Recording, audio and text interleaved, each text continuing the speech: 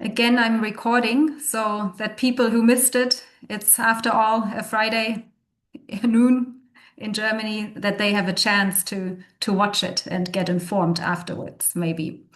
All right, then let's start. Good day, good evening, everybody. It's a great pleasure to have you here today.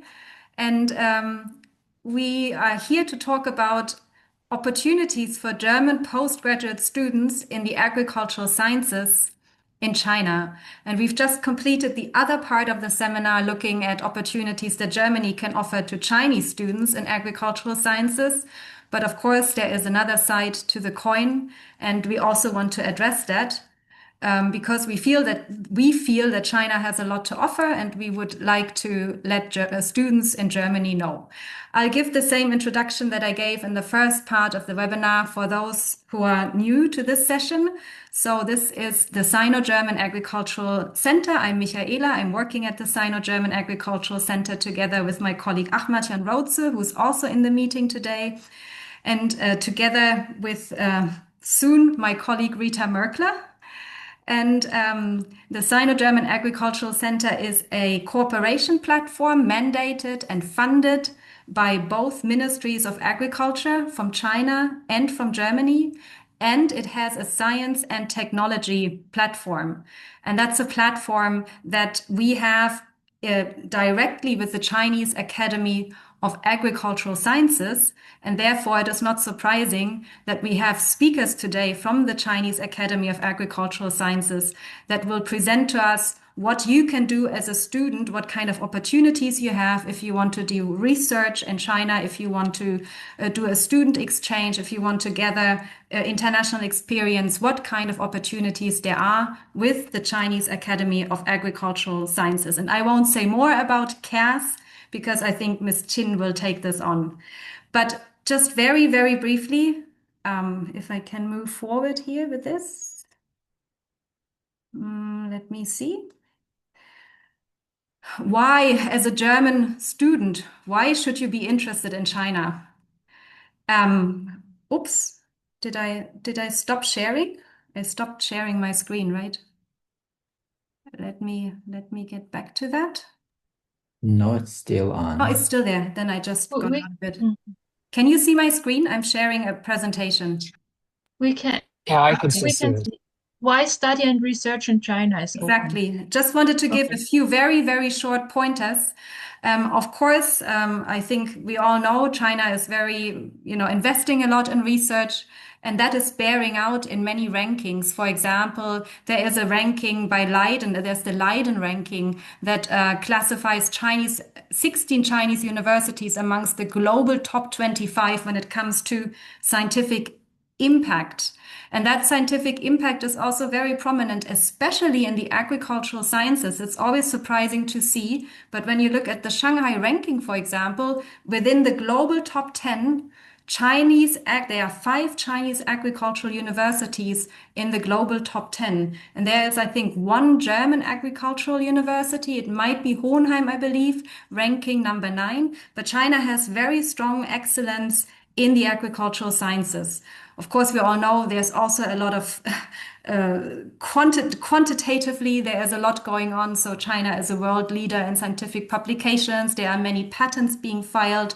And there's also a lot of funding going into research institutions in China. So German researchers in China tell us that often the laboratories and the infrastructure that they are working with is very well funded. And that's a real draw for them to come to China. And finally, which I also think is interesting, recently there was a study published by an Australian strategic policy institute. It's called the Critical Technology Tracker, and they track critical technologies where they found that China is leading in 37 out of 44 areas. Now, very briefly, China's agricultural scientific landscape is complex, a little bit similar to Germany. There is not just one institution, obviously, where you can study agricultural sciences. There are 9 agricultural related research academies. So they only deal with agriculture, with aspects related to agriculture, and they are academies. They are not universities. And we are talking today, or we are being hosted today by the Chinese Academy of Agricultural Sciences, which is one of these 9 agriculture-related research academies.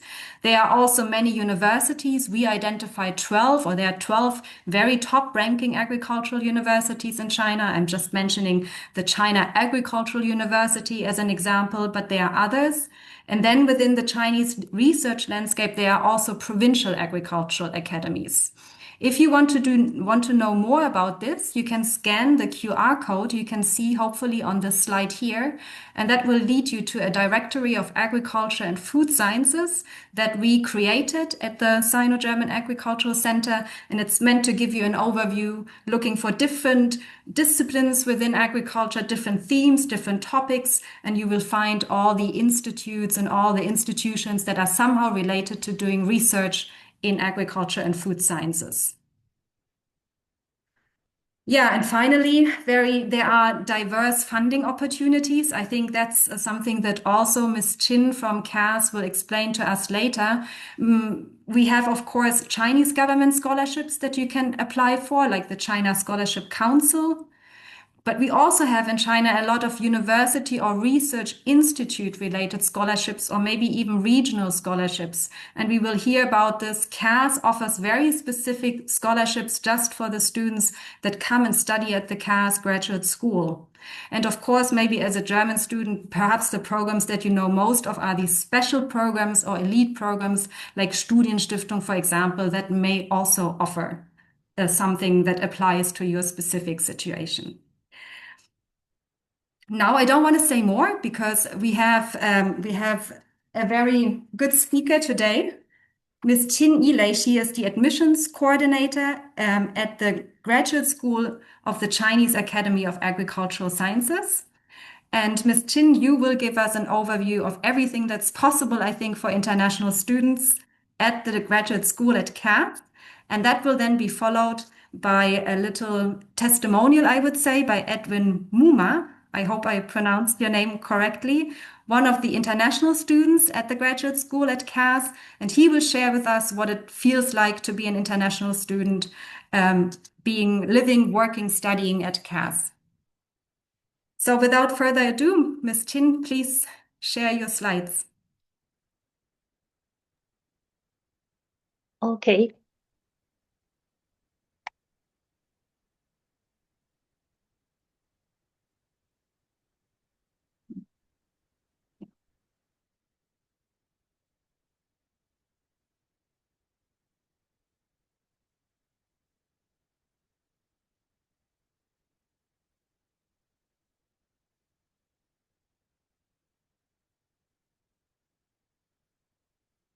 So now can you see my slides?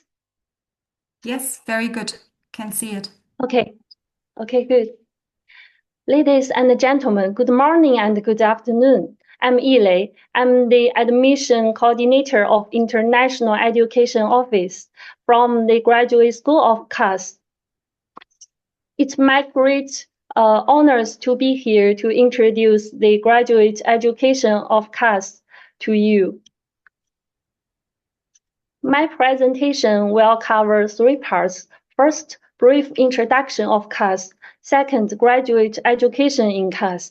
And last is about the international student admission. Firstly, a brief introduction of CAS. The Chinese Academy of Agricultural Science is a national comprehensive agricultural research institution in China. It was established in 1957 and is affiliated to the Ministry of Agriculture and Rural Affairs of China. In 2017, President Xi Jinping extended his congratulations to CAS on its 60th anniversary, and CAS will embrace its 17th anniversary in 2027. CAS has 10 functional departments, 34 directly affiliated institutes, 1 graduate school, and 1 press house. There are over 11,000 staff members, including 1,618 professors and 2,248 associate professors, 6,281 researchers. The core objectives and tasks of CAS are to conduct national major basic research, applied fundamental research, applied research and high-tech technology research in agriculture, address basic, indicative, comprehensive, key and major issues of S&T in agriculture and rural economic development in China. There are 18 national key labs, 2 major national key facilities, 1 national gene bank ranking second globally, and 1 national agricultural library, which ranks first in Asia. Our P4 lab leads in high containment animal disease research, and we have 550 platforms at national, provincial, and institutional levels. Here about the facility and the infrastructure of CAS. We host 100% of China's major agricultural facilities and 40.5% of national agricultural key laboratories, demonstrating our comprehensive research capabilities. Here you can see from the figures all the specific information here. CAS, the global partners of CAS. CAS has established partnerships with 85 countries and 50 international organizations. We have 9 international reference laboratories covering areas from animal influenza to biogas technology, which showing our global recognition. This part is about the research publications of CAS. From 2016 to 2024, CAS published 50 papers in Cell, Nature, and Science. In 2024, researchers of CAS published 4,910 SCI papers and 8 papers in CNS. Now let's move to part 2. It's about the graduate education in CAS. The Graduate School of CAS was founded in 1979 as an education institution of CAS. We have 18 academicians of Chinese Academy of Science and Chinese Academy of Engineering. There are 34 institutes in engagement of graduate education distributed in 17 provinces. We offer 50 PhD programs and 54 master's degree programs, and we have 2,811 supervisors, including 1,040 doctoral supervisors. Around 88% of supervisors have international education backgrounds. Currently, we have more than 7,500 students, which includes 34.4% of PhD students and 65.6% master students, and more than 900 postdoctors. Regarding current international students in CAS, we have 323 international students from 47 countries. There are 86.1% of whom are PhD students. This part is about the national and world ranking of CAS discipline. Firstly, you can see on the left side, we have two disciplines which are agricultural science and plant and animal science. They are in ESI top 1000.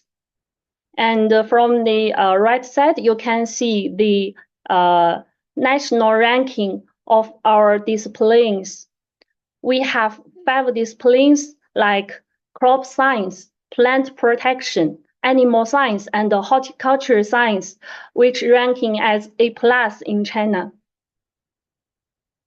I'd like to mention that currently our international students, more than 98% of them are studying under the A+ majors.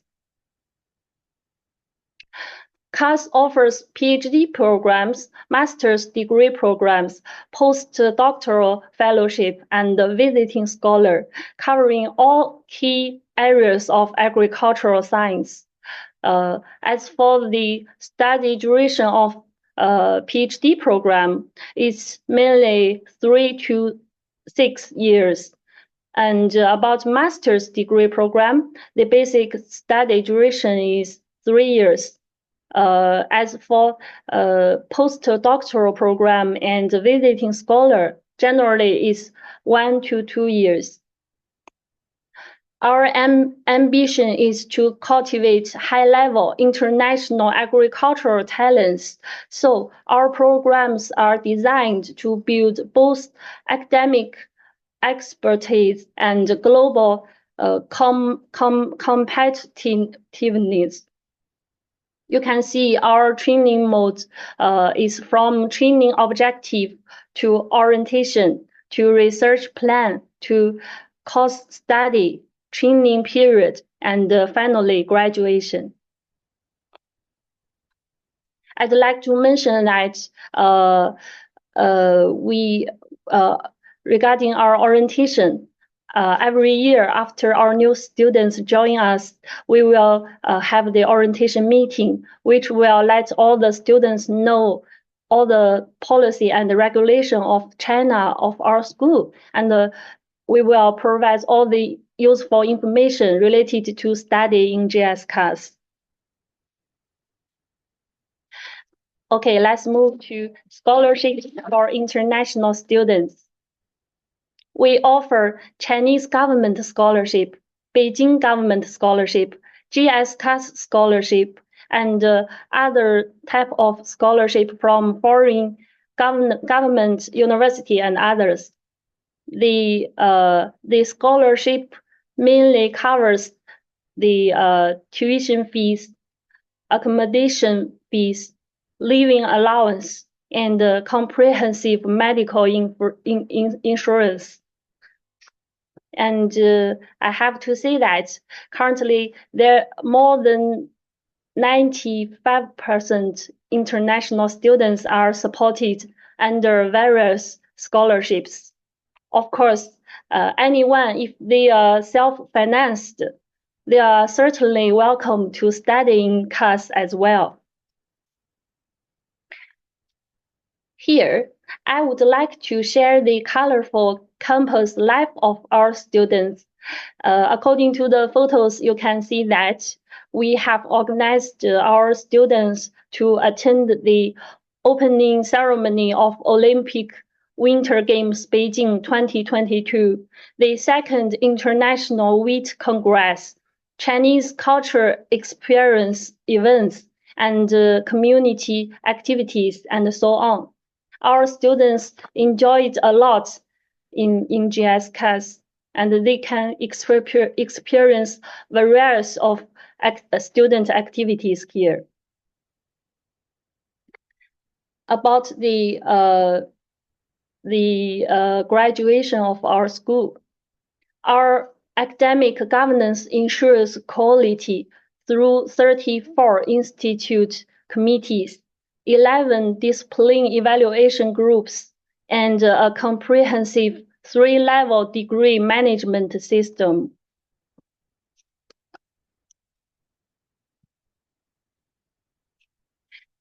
About our graduation and alumni, as of December 2024, there are totally 861 international students graduated from GS-CAS and distributed in 70 countries.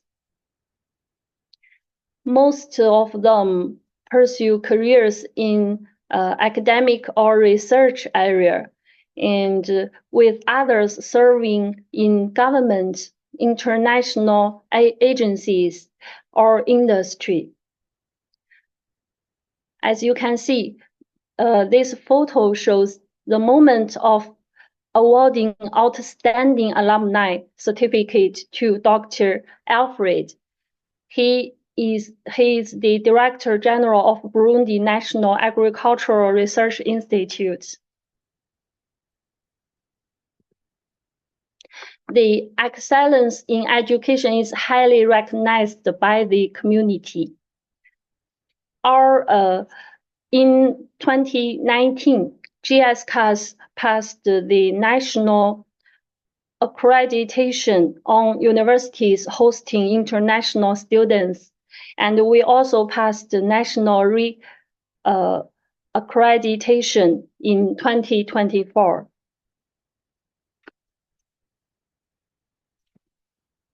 This part is about the joint PhD program between CAS and the two universities. Firstly, it's about CAS and University of Liège joint PhD program. It's formally initiated in 2013. The annual enrollment of students is 25 students per year, and this module means students will stay in China for 3 years at CAS and 1 year in ULG. Students will be co-supervised by the professors from CAS and ULG. Currently, we have 116 students in this program. Here one picture from the students and the supervisors from both sides. And this part is about the joint PhD program between CAS and Wageningen University. This program started from 2016, follows a similar model with 110 current students benefiting from this international collaboration. Students spend 2.5 years in China and 1.5 years in WUR under a co-supervisor system, jointly guided by supervisors from both China and the Netherlands, and awarding doctoral degrees from WUR. Now it's about the outcomes of two programs, the publication and the impact of joint PhD programs. About ULG programs, the graduates are 142, an average of 3.6 SCI papers each graduate, including 1 paper on PNAS and 1 on Nature.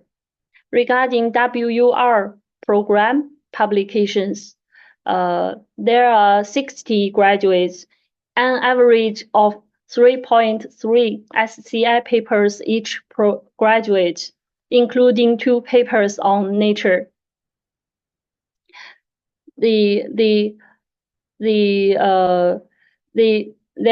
Currently there are 9 joint research labs are established.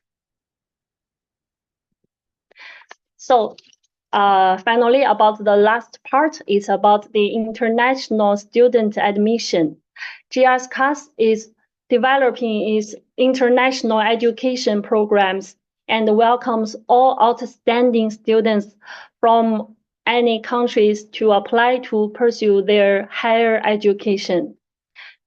Generally, students can apply for two types of scholarships. First is Chinese government scholarship. You please apply to GSCAS or directly apply to the Chinese embassy or qualified agency in your home country.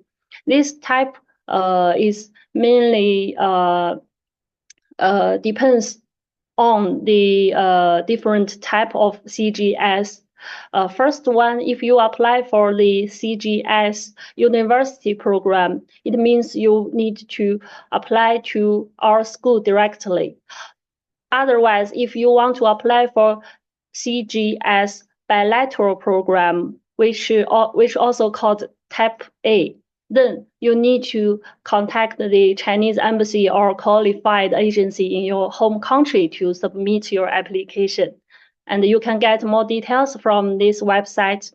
Secondly, it's about the GSCAS scholarship application. This scholarship is supported mainly by our school and our supervisors.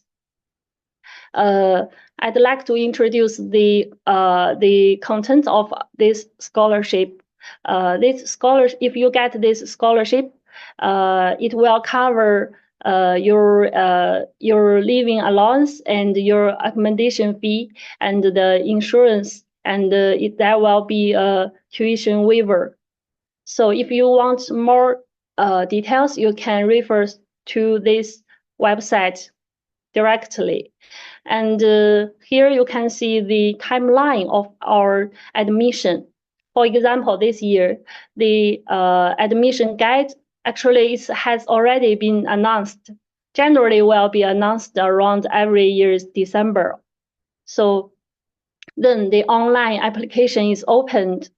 And as for the CGS application, the deadline will be around end of March. And for if you are applying for GSCAS and other scholarships, then the deadline will be end of April every year. And from June, we will review and evaluate all the application. And generally, students can receive the official results admission notice around July to August. And on September, all the new students will register at our school, start their study life in GSCAS. Now let's move to some important information of application. Firstly, who can apply? If you are non-Chinese citizens, you are healthy and willing to abide by the Chinese laws and decrees, and if you conform to the education and age requirements as follows. First, anyone want to apply for master's, holds a bachelor degree and is under the age of 35. Doctoral programs hold a master's degree and is under the age of 40. General scholar has at least 2 years of undergraduate studies and is under the age of 45. Senior scholar, you must hold a master's degree or higher degree, or has an academic title of associate professor or higher, and need to be under the age of 50. And the last, you must have English proficiency or Chinese proficiency. Now let's move to when to apply. The timeline, as I introduced before, the application deadline regarding the application to CSC scholarship, students are advised to submit application before end of March. If applicant wants to apply for GSCAS and other scholarships, they are advised to submit their online application before end of April. Our admission guideline has already been announced for this year. So now the online application is already opened. If you want more details, you can refer to the first website, the first link. And if you, for the online application, CIC portal, the link is as follows. And here is about the GS-CAS portal. You can also submit your application via this link. Application to our school just need to submit online application. No need for any hard documents. So now let's move to the application documents. As I just mentioned. Firstly, we need the application form for study in GS-CAS or CIC application form. Second, we need the photocopy of passport, and then your highest diploma and academic transcripts of the most advanced studies, 2 reference letters from 2 professors, CV, and the research proposal. Language proficiency requirements, if you have IELTS grade or any other can show your English or Chinese proficiency, you can send it to us.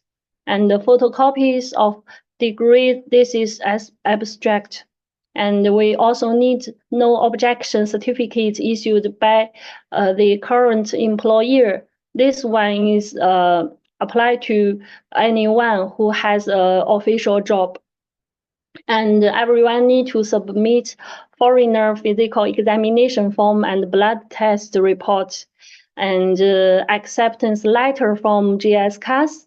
This one is optional, but it will be better if you can get in touch with any target supervisor to get their support. That will be better. And the last one, you need to provide the non-criminal record reports. Okay, so finally, here is my contact information. If you have any questions regarding admission or anything you want to discuss, you are always welcome to contact us via the email or via calling us. And you can also scan this QR code to get more specific details. In GS-CAS and CAS, we have many programs and opportunities as follows. So anyone, if you want to study in China, if you want to study or as a visiting scholar in GS-CAS, you are always welcome to apply and to contact us. Thank you for your attention. Thank you, Yilei. Thank you, Ms. Chin, for this very comprehensive overview. I think we understand now much better what is possible at CAS and what kind of support you can get, which seemed very, very comprehensive. I had one question, though. I was wondering, if I don't speak Chinese, do I have limitations? Do you offer all your programs and everything in English, or am I limited to certain programs only? I think this is a good question, and I have to mention that all of our course and our program is mainly in English. And if any student need, it will be in Chinese, but mainly in English. So if you can, you know English, then welcome to. Okay, all right. So 54 master's programs all offered in English. That's quite a large offering indeed. Yeah, sure. Yeah, thanks so much for this insight. Maybe if somebody has a question right now, something extremely urgent, you can write it in the chat. I think there was a question already. I think I see one question. Is there any chance for a Master of Animal Science for exchange? I think it's possible because we have many supervisors related to this direction. And if you check our admission guide, you will find an attachment which is below the website. You can download it. It's mainly about supervisor list. You can check the related institute and the supervisor, and you can get in touch with the supervisor. And if you'd like to, we can also recommend you with the suitable supervisor to see whether it's possible to but it depends on the how long would you like to come to China to stay, because it depends. And also regarding the fundings, maybe we need to discuss more after the meeting. You can send me email. I will be glad to discuss with you. Thank you. I'm replying as thank you on behalf of the student who asked the question. I'm just checking the chat. There is another, I think, fairly simple question. When do the semesters start? Are those times fixed, or do they vary according to institution? Oh, this question, the answer is also depends. Oh. If you are a master student or PhD student, the semesters will absolutely start from September every year, autumn intake, September. But if you are coming as one visiting scholar, then it depends. Okay. Because because the time can be different. All right. But 1st of September for all masters and PhD students all over China, it's the same. Is that correct? Okay. It's a bit early. Currently it's right. We used to have a spring intake, but recent years we only have autumn intake. But your autumn starts a bit earlier than in Germany. I think we start more towards Really? October. Yeah. So what time did you begin in Germany? In October. And it's not maybe not exactly the same for every school. But yeah, I guess so. A bit later than in China in any case. Yeah, now I see. And I see one last, I think, question that we maybe take before Mr. Muma can start. If the question is, if someone is already holding a PhD title, can they apply for a scholar position for 1 year? It's maybe more like a visiting scholar or a postdoc, a 1-year postdoc position. I think sure they can apply, but as I mentioned before, maybe we need to confirm about the fundings. For example, if you want to apply for visiting scholar, you can select self-financed, or you apply for Chinese government scholarship. I think that's a good way. If there is if you can apply for the Chinese government scholarship like type A, I think sure you can apply. You can try. Okay. So I think in any case, we have your contact details. We will share your presentation as well later on so that people can ask specific questions and figure out their very specific needs if they plan to do something very individual. Sure. All right. So I think now I'm very happy that we also have a student who will talk to us from a slightly different perspective. I think Miss Chin gave us an overview of how everything works for foreign students and what the school offers. And now Mr. Muma, I believe, will tell us what it feels like being, I'm not quite sure, a master's or a PhD student at the Graduate School of CAS. So please, the floor is yours.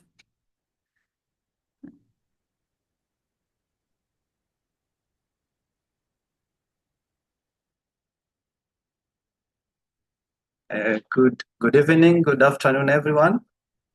Hello. Can you hear me? Yes, very well. We can see your slides. All good. Okay, thank you. I'm glad and thank you for the opportunity to present today. I'm going to share my experience learning in China and living in China with you, and I hope that whoever is interested in pursuing a postgraduate studies in JESCAS will be able to learn some unique opportunities that JESCAS can offer. My presentation will briefly touch on this, mainly 6 areas, and I'll be brief because Ms. Chin has talked more about what is about the JSCAS. So I am from Kenya, and I did my bachelor's in agricultural economics. I first joined JSCAS in 2020 as a master's student. And in the progress, I come to learn that JSCAS offer a perfect environment for my research interest and a collaborative environment. And I decided to continue my PhD studies in agricultural economics and management here in JSCAS. And my research area is food security, climate change, and agricultural trade. Yeah, why is JSCAS? What is so special about JSCAS? For me being in JSCAS, I can say JSCAS offered a well-structured program that help you to gain both the theoretical and knowledge and the practical experience. Also, JSCAS has very good modern facilities, the libraries and the labs that can help you to achieve and conduct your research. And also I can say that JSCAS has so many experts in agricultural research field that can be a good mentor to you throughout your research. And the culture in JSCAS is very supportive, and there's a great teamwork for both students and with the different supervisors. So to share about when I started my application, the application for JSCAS is, to me, it was very simple because the system is very user-friendly, regardless of where you are in part of the world. You can access it easily and get all the information you want, even without contacting the international office. The system has got more information about the programs that the JSCAS are offering. Also, the information about the various professors that can help you to get a good mentor for your research and proceed with your applications accordingly. And I was fortunate to be able to get 2 scholarships. For my master's, I got the Chinese government scholarship, which covered both the tuition fee, living allowance, and also the accommodation fee. I also, for my PhD, I am a beneficiary of JSCAS scholarship, that is graduate school scholarship, and also offering full financial support from the accommodation, the tuition fee, and the living allowances. This scholarship has really helped me to focus on my research without worrying about my daily living in China. And this scholarship is very useful to everyone who wish to come and experience and study in JSCAS in particular. And academic in JSCAS is very, very enjoyable. There's a group of teamwork learning. They encourage a lot of collaboration among students, not just the international student, but also with the Chinese students. And this one is helping us to develop a culture of teamwork and collaboration among the students. And also, the learning in JSCAS will also expose you to international experience. You are going to, as for me, I've engaged with different students from all over the world, and this is a great opportunity for me for a multicultural experience.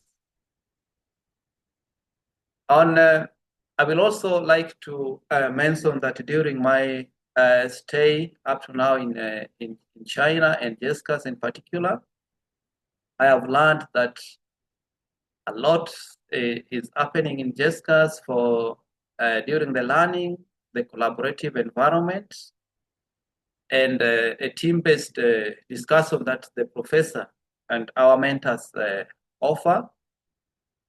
And during our research, we always interact with one another, have research discussion, and this one has really helped us to learn from one another and also share the different skills among the students. And also, like for my team, in my institute, there's a culture of working together, celebrating success together. And this one offer a very enriching learning environment in China and JSCAS. And also through this experience, we're not just going to be, you are going to feel so much welcome. And because sometimes there's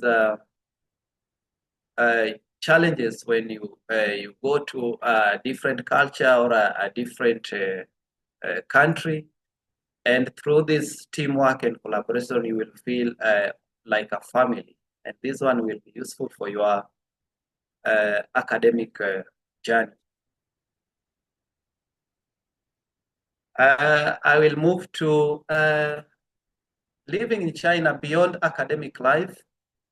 China also offers a very rich culture, very nice places you can visit beyond as when you have free time beyond the academic, and create international friendship with not just the Chinese students, but also with other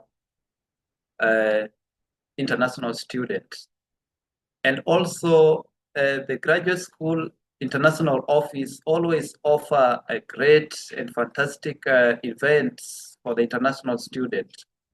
And this one help us to interact more with the locals and experience the local culture, the food, the unique Chinese foods, which are very, very enjoyable when you are here.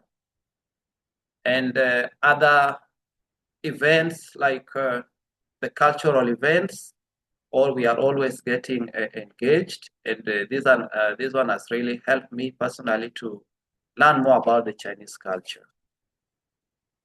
And this slide is just showing some of the places, some of the activities that we have engaged in through the international office and also on personal arrangement with Chinese students. Also, we have during the end year in this celebration, the international office always offer a platform for us to celebrate and interact with the other students. And next, I will briefly just mention some of the lessons I've learned in my study in JSCAS. One is a strong, supportive supervision. Our professors are always there whenever you need them, whenever you need you have a challenge, they are always there to guide you. And we are always experiencing a lot of discussion, group presentation that always give you the opportunity to present your progress to your professor and also share with other students the knowledge and also learn from other students as well. Both and most of our meetings, we have both the international student and the Chinese student, so we are able to learn from one another. I will also mention that in JSCAS, just if you can be embrace the culture of hard work and consistency, you will find yourself really going well with your lab mates and the professor as well. And also there's a through JSCAS, you will be able to develop teamwork, because the professor always encourage each and everyone students to be working together, and also sharing the research experience and also knowledge in other different skills that you may need from other students. So this so far, this is I can mention this one of my achievements, the experience, the graduation ceremony during my master's studies, and also I'm hoping for the same soon for the PhD. And I can mention here that for everyone that want to come and pursue their studies in graduate school, the graduate school will offer a welcoming environment for you, and you will be able to learn from the Chinese culture, which is very rich, and also learn from the different experts that are in agricultural field in the JSCAS. Yeah, so this through the training that I have achieved so far in JSCAS, I have made some publications here, and also we are still continue to collaborate and work together with the professor. And I can say that JSCAS is a good place to be, and for your research, you have nothing to worry about. Everything is available. This will mark my end of testimony. Thank you. Thank you. Thank you, Edwin, for sharing insights into your life. May I just ask, out of interest, how much China exposure did you have before choosing to go to study a master's at the graduate school of CAS? Because I believe from a German perspective, China is very, very far away. It's not just, it's a different language in a different country, but I think the way research is being done and the way you study and the way maybe you pursue a PhD later on is all very different from Germany. So I wonder, when you went to China, how much did you know? Did you have any exposure to the country before? No, I didn't have any exposure, but I was when I was in my country, Kenya, I met some of the students that were studying here before in China. Mm-hmm. And one of our students from Kenya has been one of the best, was able to was awarded as the top student during his year of graduation. So through his motivation, I started gaining interest to come to China. Yes. Okay. So student networks matter. Okay. Does anybody else have a question? Rita, yes, please. Also, I would, and the two questions. I would like to hear your experience about language skills. I want to insist and hear from your side. Is it really, how about knowing Chinese? Also thinking about having those postdoctoral research stations. Are people working in Chinese persons working in these stations? Are they able to communicate? Is that, how is that working?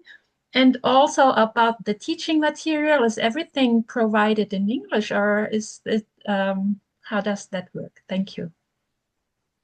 Oh, thank you. That's a very important question. Honestly, the first time you come in China, I mean, without the knowledge of Chinese language, you will be like, will I survive here? But once you start, because the graduate school will first offer the Chinese language from September all the way to May for almost about 1 year. So you will be just learning Chinese. And apart from that, one advantage is that most of the professors speak English. So in your research, there's no problem. But also, as your daily life, you will need the language to survive, maybe go for shopping and and interact with the locals. So this, the first training will give you the basic, and as you continue interacting with the locals, you are also learning more. And again, in our school, the graduate school, one thing I've also noticed that most Chinese students can speak a little Chinese. So through that, you will be able to learn from them the Chinese language. But I believe that the first 3 levels of Chinese that we learn, the Chinese level 1, 2, and 3, which we learn before we commence our research, is enough for you to live, to have a basic communication with the Chinese locals, or just for your survival.